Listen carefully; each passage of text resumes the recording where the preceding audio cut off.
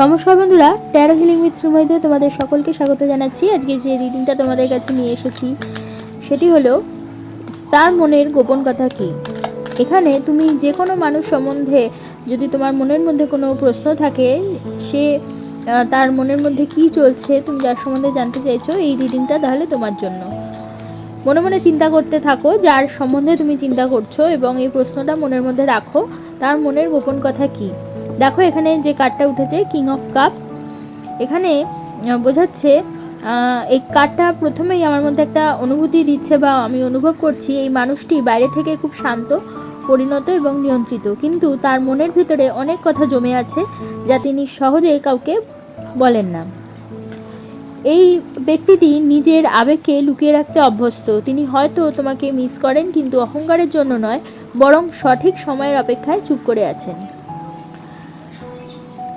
King of cups বলছে তিনি তোমাকে সম্মান করেন, শুধু আকর্ষণ নয়, তিনি তোমাকে একজন মূল্যবান মানুষ হিসেবেও দেখেন।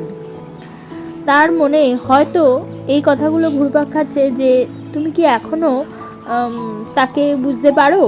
যদি আবার কথা বলো তাহলে তুমি কি তাকে গ্রহণ করবে? সে চায় সব কিছু সুন্দরভাবে শুরু হোক।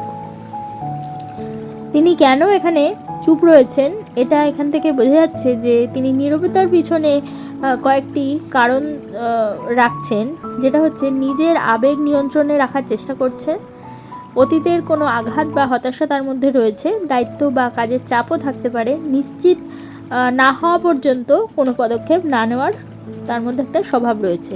তাই তার নীরবতা সবসময় উদাসীনতার লক্ষণ নয়, কখনো কখনো এটি তার ব্যক্তিত্বের অংশ। ভবিষ্যৎ এনার্জি অর্থাৎ ফিউচার এনার্জি এখান থেকে পাওয়া যাচ্ছে যে এই কার্ডটা যোগাযোগের সম্ভাবনা দেখাচ্ছে, তবে সেটি ধীরে ধীরে পরিণতভাবে এবং সম্মানের সঙ্গে হতে পারে।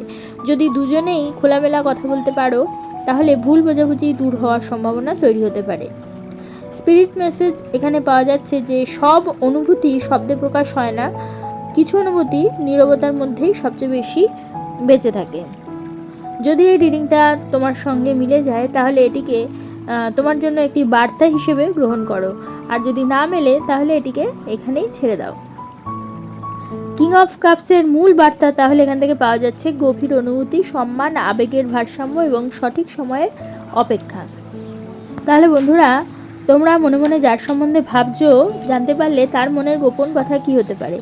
যদি তোমাদের আমার এই ভিডিওটা ভালো লাগে তাহলে অবশ্যই তোমরা একটা লাইক করে দিও, তোমাদের পরিচিতদের মধ্যে শেয়ার করে তাদের জানার সুযোগ করে দিও, এবং যারা এখনও পর্যন্ত আমার চ্যানেলটা সাবস্ক্রাইব করোনি অবশ্যই সাবস্ক্রাইব করে দিও, এবং পাশে থাকা বেল আইকনটি প্রেস করতে কিন্তু একেবারে ভুলো না। তাহলে প্রত্যেকে ভালো থেকো, প্রত্যেককে ভালো রেখো। পরবর্তী ভিডিওতে আবার চলে আসবো, ততক্ষণের জন্য সকলকে ধন্যবাদ, নমস্কার।